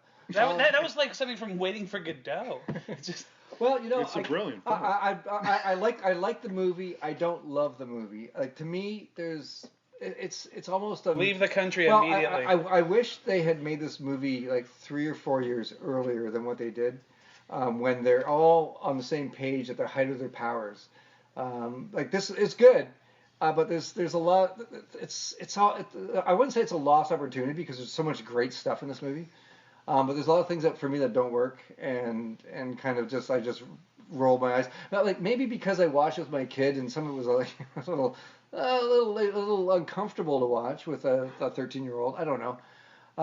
But it's good. I would recommend it for sure. But it's not. I don't hold it as a high esteem as you guys do. There's like, I'm a hard sell when it comes to comedies. And there's way more comedies that I would recommend ahead of this one. Mm-hmm. But I think it's good. Because there's so much good stuff in it. And I love The Kids in the Hall, and it was such a pleasure to see them again. Because I haven't watched this movie since it came out, and I love Kids in the Hall in the late 80s, early 90s, and it was just a pleasure to watch all these characters and all these guys do all this funny shit again. But it also reminded me of the things that don't work in the movie, and it doesn't overshadow all the good stuff. But I'm going to give it a cautionary, yes, rent this movie. Cautionary, because it's not as good as it should have been. I agree. Yes, but it's definitely worth watching, and I'll agree with Alex on a lot of his crazy points of his progressiveness in this movie, because it's way ahead of its time. Yes. And for sure, like especially with a lot of the themes and stuff, which like a lot of comedies nowadays shy away from. Or just make jokes about it, which without actually having anything to say about it. But it's good. Yes, I would recommend it. How about you, Craig? Still recommend this movie? I would recommend it, and I'd say it's part of a body of work. And I'd say, like Darren said, 3 years before maybe it would have been better. 3 years after it would have been even better. Interesting. And I think that to me it's a big part of my life. It changed my life. Personally, because I was part of it, and gave me a whole insight into all kinds of things. And I think, like you said, it's ahead of its time, because this is an uncompromising bunch who are brilliant comedy thinkers. Indeed. And artists. And I think that, of course, I'd recommend it on that level to anybody. I don't think it's perfect, and I don't think the Kids in the Hall think it's perfect at all. And well, I'm sure they joke about it mercilessly with each other, and so I'd recommend Paul Meyer's book too if you're interested in The Kids in the Hall. Totally interested in reading It'll put everything that we've been talking about in some really solid perspective. The name again? One Dumb Guy. One Dumb Guy. One Dumb Guy. Paul Myers. I am going to read that. I'm going to break into the library tonight, and I'm going to steal it. Paul Myers, if I'm mistaken, was a film critic here in Vancouver. That's right. Mike Myers' brother, I'm right? sold. Yes. Quick read, fun. Yeah, he wrote the Todd Rundgren book and Long John Baldry and Bare Naked Ladies, a bunch of books. Cool. Didn't he used to work for like a major department store, and he got Mike Myers somehow to do an ad campaign for it or something? I remember That's Peter. That's his other brother. His other brother. Yeah. Other brother, Daryl? How do you know this? Anyways, so it is Monday here at. Thank you for having me here. You're welcome. We're not done just yet. No, thank you for joining us, please. It is Monday here. We have one more thing to do. It's the pairings. It is Monday. I hope you put some good thought into this. Sure. It is Monday here at Black Dog Video, and you know what that means. As all listeners know, it is 2 for 1 every Monday at Black Dog Video. So that means you pay for one movie. You get one absolutely free. Unless you'd like to pay for it. What kind of idiot wouldn't come here on Monday? So anyways, someone walks up with Brain Candy. Alex, what do you recommend they should rent with Brain Candy? Well, first I want to give 2 levels of recommendation. I have 9 recommendations. No, I don't. 3 films. Be happy it's only 2. 3 films to recommend, and then a shout out to another Kids in the Hall. Oh my God! So you have a fucking runner-up now? No. Runner-up. It's 3 tiers. 3 tiers here. All right. No, it's okay. What do you got? Well, first of all, you want to talk in the misunderstood classic category, two that I would. There's a couple. You I better would not say. steal my pick. No, I would say either. Listen, Sullivan's Travels, Harold and Maude, or The Court Jester with Danny Kaye. Films that are recognized now as brilliant, way past their time, but weren't particularly well received when they came out. That's one mood. But the other mood is, I think this is up there on that par. You'll laugh at me, whatever, but I hope so. The Man in the White Suit, because I feel I laugh at you, the sir. Kids in the Hall produced an Ealing level comedy with this film. I don't care if they make fun of it. Oh, by the way, Monsieur Voodoo, it's also in that class. It really is Monsieur Voodoo. Charlie Chaplin. The murderer comedy made by Charlie Chaplin. They were all heavily critical of the work. It didn't do well at the time. I don't care. This film's up there. But I would put it with my main, sort of thematically, would be The Man in the White Suit, because that's an incredible. I do not know that movie at all. We have it. It's a classic comedy with Sir Alec Guinness. And he's not Obi-Wan in it. He's not? He's not, believe it or not. But he's a dude who invents, like, an indestructible fabric, and it's all about the bedlam that results from that. So it's like Obi-Wan when he was a kid. If you think, hey, everyone sets out there to do the right thing, and they fuck it all up, you know. But I just want to give a shout out though. My next door neighbor growing up worked on the early seasons of Kids in the Hall, Brian Hiltz. Oh yeah. I don't know if he's out there somewhere. No. I like this story. Well, then don't name names, dipshit. What happened? Okay, how can we give him the I can name a name, but I'm not going to get into Hey, full don't tell the biography. story. No, I'm not telling the story. I know. Let me speak. So carry on. Edit all that I'm shit out, letting you please. speak now. Wow. I grew up next door Please keep speaking. I grew up next door to a guy in Dartmouth, Nova Scotia named Brian Hiltz, who worked on the early seasons of the show, and he's a great inside joke, I'm sure, with his consent intentionally, but even if he's not, who cares? It's a really funny joke, so who gives a shit? I'm not going to tell the kids all to write their jokes. There's an episode where Scott and another guy play editors, and they're editing a manuscript, and then they walk out into the real world, and they start editing the park, like remove that bench, remove that tree, whatever. But they point to a poster and say, love the band, and then they say, don't like the musician. I can't remember which member they name. Probably the bass player. They cut to the poster, and it's a poster of a band called I Want. And then a hand reaches out of nowhere and spray paints an X through the band member that's been ordered to be edited out. And all I can say is, I Want are like Halifax new wave legends. Right, so it's an actual band. It's an actual band reference because one of their key members, the founder, worked on the early seasons of the Kids in the Hall. He's always credited as a still photographer. Okay. But I grew up next to him. I don't know what he's up to these days, but I grew up next door to a cool guy. About? So, wait, let me finish one last thing. Your other 17 picks are going to be... I have him. No, I'm done my picks. I recommend everything in this video. I'm done my picks. 3 picks would be... And every movie that will be made eventually. Sullivan's Travels. Right. Monsieur Voodoo. Or Harold and Maude. But The Man in the White Suit is the thematic Harold one. and Maude. Yeah, misunderstood masterpieces that bombed in their time. Oh God, everybody worships that fucking movie. It's a great movie, As but they should. Sure, there's no criticizing anyone's picks. Well, there's an old lady in Harold and Maude, and there's an old lady in Kids in the Hall. There you go. But yeah, I would team it up with Man in the White Suit. It's Ealing level satire about a very serious topic. So that's your pick. Yes, Dylan. No, is it my turn or? Do you want me to go? I'll go. Why did Alex start? I don't know, because he had the most. To say. No, you go. Well, I'm gonna be pretty obvious. I'm gonna team this movie up with Strange Brew. Really? Yeah. SCTV that's actually that's not even that obvious. SCTV doing their movie. Yeah, drink that beer. Yes, no, which is a hilarious movie as well. Which we almost did for this podcast because this is going to be our Canada Day episode. By the way, Happy Canada Day, everybody. Happy Canada Day, everybody. Yeah. But yeah, no, Strange Brew is hilarious. I watched that movie so many times. And it's a sketch comedy. A sketch comedy with Bob and Doug and others in that. It's great. Why didn't I think of that? Max von Sydow. You can't go wrong with that dude. Yeah, give in to the dark side of the force, eh? Hey. And some hockey player. The guy, because it's Hamlet, right? I mean, that's the whole thing with Strange Brew. Yes. And so. Who's that? Is there a... Well, they're Rosencrantz and Guildenstern, so I'm assuming that the big blonde hockey player guy must be Hamlet. Sure. Do you know what I'm talking about at all? No, I don't actually. It's been a long time since I've seen Strange Brew, but I don't remember that at all. Well, no, okay, so there's like the lead male actor who's the hero. Wasn't he a hockey player?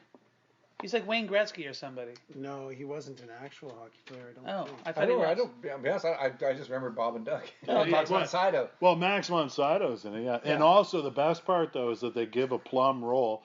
The female lead is Lynn Griffin. She's in Black Christmas. Oh, and she's the one with the bag over her head. Really? That's one of my all-time favorite movies.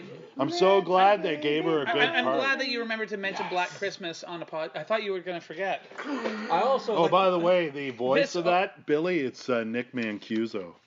Is it? Oh, Yeah, it is. And you haven't quite worked in the Silent Partner. It was the first movie we did for our podcast.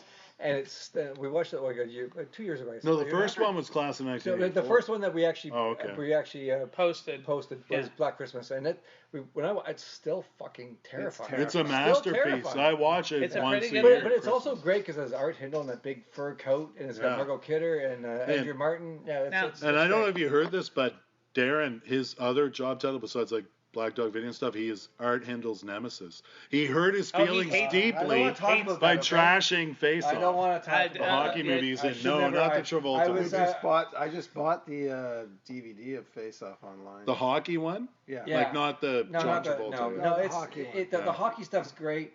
The rest of the movie's terrible, and I was unduly terrible. I was unduly harsh when I was on I guessed it on a friend's podcast.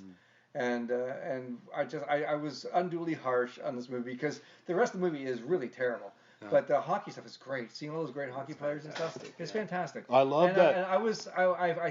And after we posted it, Art Hindle tweeted like something really terrible, and I felt going terrible to kill about myself it. because and now, of Darren Gay. And now it's like I've learned a lesson about what to say and what not to say when I'm talking about films on podcasts, even if I don't like them that much, but like at least point out some positives. Because, for example, like you hate the kids in the hall. You hate kids in the hall. You have a dartboard at home, and you're not going to admit that. Yeah, but you're the only one on the dartboard. People put themselves out there. It's true, but yeah, I don't know. I should have maybe. Anyways, it's a long story. It's not that interesting, but anyways, Art Hindle, if you're listening to this one, I apologize. I enjoyed you in Black Christmas. You know what Face Off is still a terrible movie, but I like parts. What I love is by the way, okay, in case you haven't noticed, Craig, because you're new to this thing.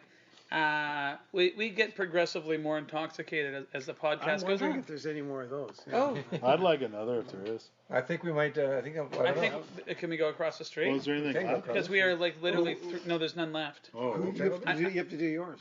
Yeah. Yes. So I'll do mine, and then we'll wrap it up. I just want to say though, in Face Off, his name is Billy, and they say Billy. Yeah. I had noise in the script. What's the killer's name in Black Christmas? Steve. Billy. Oh, I wonder. Yeah. He wears the same fur coat too. Oh, the SCTV skit. It's warm. It's warm. Face Off is great. Yeah, it is. Okay, we'll wait until we get to that. I'll drink it. Axelrod. Okay, my pick. Yes. Now again, I have two. Well, you're falling to Alex's territory. Although he had 7. There's one really. I had 4. There's one really obvious one, and I'm not going to do it. Well, what's the obvious one? The obvious one is the Mr. Show movie, Run, Ronnie, Run. I've never seen it, actually. Yeah, it's not great, but like, it's still like, it's a sketch based. Like, I love the spirit of Run, Ronnie, Run, but yeah. What's your real pick? The real pick is another misunderstood comedy from a group of people who were just given a movie and just said, fuck it, let's do this thing. That everyone wound up misunderstanding, and that is the Monkees movie, Head. Yeah, that's a wonderful movie. I love Head. Head is great. It's a great movie. Head is fantastic. Head is the Monkees finally going, like, enough with this being the fucking Monkees TV friendly shit, and let's just do something super weird and out there and drugged out, and Jack Nicholson's he produced it, right? Jack Nicholson? Yeah. Anyways, if someone comes up and, because they'll probably be on drugs watching Brain Candy, and when that ends, they'll still be high for like another 8 hours. So then, it depends what kind of drugs. Fill your head with Head. Apparently acid. Yes. And I do want to add in as well. Don't worry. That's a good pick. I think Head is the logical pick to be paired up with Brain Candy. Now how? Yeah, and if you haven't, anyways, if you think you don't like the Monkees, watch Head, because it's kind of like them trying to prove to the world. So that you'll like the Monkees, or you'll like them even less. Is that if you like the Monkees. What? I love the show and the movie too. It's I don't know. For some reason, Head was just flopped. I don't know. I guess like suburban America couldn't handle I assumed everyone was going to pick Strange Brew. I don't know. I just assumed. I was a great inspired pick. Thanks. I think so as well. Craig? Now, Craig, if you worked here. If you haven't, and I don't know if it's at Black Dog, but Dave Foley's movie The Wrong Guy. The Wrong Guy. Oh, how did I not think of that? The Wrong Guy I would pick because it's related to Brain Candy in that there was a bit of a dialectic in the time because he was starting to make The Wrong Guy. Right. And to me, it's super fun. It is so funny. I've never seen it. I added it to the stock. We didn't have it here, and so good. I found it somewhere like it was a neglected DVD in a charity store. Watch Dave Higgins and Gruber, the comedy team, you might know. So Steve Higgins, his brother, is Jimmy Fallon. He's the second banana. Dave Higgins in it is so great, and Colin Fiore is the bad guy. It's just. I'm gonna watch this. I've never seen it. And Dan Redican is the spoiler alert. Dan Redican from Four on the Floor or The Frantics rather is the baddie in it. It successfully has. It's successfully The Wrong Guy successfully has like an airplane kind of logic to it. Man, when he comes across the murder scene and then there's a scene and Dave Foley just does everything wrong, like he just grabs the body and touches the face and gets blood all over the place. Wow. By the way, here's the weird. You know who recommended that movie to me? I want a really good friend of mine, really really cool woman I know in Montreal, Liz Four. She. Shout out to Liz Four. Well, the reason I'm giving this shout out though, I forgot about this. She did recommend that film to me, but Scott Thompson did a one-man show that was right before 9/11 happened, and then the show got thrown off. Yeah. There was a Venus character in the show, like a nude woman that he sits on like a bench and stuff, and he plays with her boob and stuff. It's all this stuff. Liz, my old friend, she played Venus in the Montreal version of the show. She was a fan already, but then the show was supposed to go to Toronto, but everything went awry with 9/11, so the show got canceled. But she was the one who recommended Wrong Guy, and then Amanda. I didn't see it right away. Because of 9/11. Amanda, who used to work here? Oh, well, it's a long story. It is, but I didn't see the movie right away. I didn't see the movie right away, and then I moved out. This was back in Montreal. I'm hearing this from Liz. I move out here. And then, Amanda, who used to work here, me and her are working together. And one time she mentions, this movie, The Wrong Guy. If you like kids and all, this movie's fucking hilarious. And no one's seen it. Don't give too much away. I won't. But I found it from like movie. in a truly neglected way. Yeah, I found it in like a charity store bin for like a toonie, and I put it in the stock. And it hasn't rented huge. Like I recommend it when I can, but anyone who's ever rented it has come back and said it's hilarious. So Wrong Guy is Craig's pick. Yeah. Well, Craig Northey of Odds fame and television and film scoring fame. Yeah. Thank you for taking your evening out. I'm sure. And may I make a recommendation? Highfalutin parties to be at, but instead you came down here to Black Dog. I want to make a recommendation in the worst joke ever, but Craig Northey, you should collaborate with J.D. Souther. I don't know. That is a terrible. Isn't that the worst joke ever? No, it's not the worst joke ever. Craig Northey, is there anything you would like to? Is there anything you would like to plug, knowing that it's going to be about 3 weeks before this is actually posted? Well, we're where do you have a website? I will can people plug. Find you? I'm Corner Gas Animated, which I already mentioned. That's coming out second season, and new sketch comedy show on CBC. It's for real. Called Tall Boys. Bruce McCullough is the director. It's a new troupe. Cool. It's very funny. Yeah. So I'm scoring. Is that coming out sometime soon or? Yes, next season. You know those upfront things they're doing. CBC, they just did it with the troupe, and so Tall Boys. Tall Boys, yeah. And Odds are playing soon. I think? We are. We're Canada Day. But that one guy did. Will that work? Yeah. This is going to be just before Canada Day. Okay, we're playing in Maple Ridge. Oh. Yeah, for Canada Day. Fantastic. Yeah. Nice. There you go. In the middle of the afternoon. Cool. Do you have any shows coming up at the Rio? There's so much stuff happening at the Rio. Always something going on. I got two things. Listen, I'll leave it simple. Rio, check riotheater.ca. Check out our website. Black Dog Video from Sunday to Thursday. The other place I work, we have awesome specials. Check out our specials online. The specials or are very special. on the signage in the window or wherever. Written on the chalkboard by our witty boss. Tattooed in his back. Alex walks around naked a lot, so it's tattooed in his back. Yeah. So thank you to Craig Northey. Yeah, thanks, Craig. Thank you, Craig. Guys. Thank I you love it. We are located at 1470 Commercial Drive in always sunny East Vancouver. Yeah, 3451 Canby Street. It's our mothership location. Commercial Drive, if you're not familiar with it, it can be summed up this way. Coronation Street meets Twilight Zone. So think of something more Italian than Coronation Street. Coronation Street. Nazi. Is that better? Please edit what that, a guy. The Black Dog After Dark podcast is recorded at Black Dog Video on Commercial Drive in Vancouver, Canada. It's presented by Alex Chisholm, Darren Gay, and Dylan Reimer. It is produced by Dylan Reimer and Darren Gay. Alex just kind of stands there and drinks beer. The intro and outro music was recorded by Tiger Burning Bright, composed by Jeff, who works at Jefferson's Barbershop, also on Commercial Drive.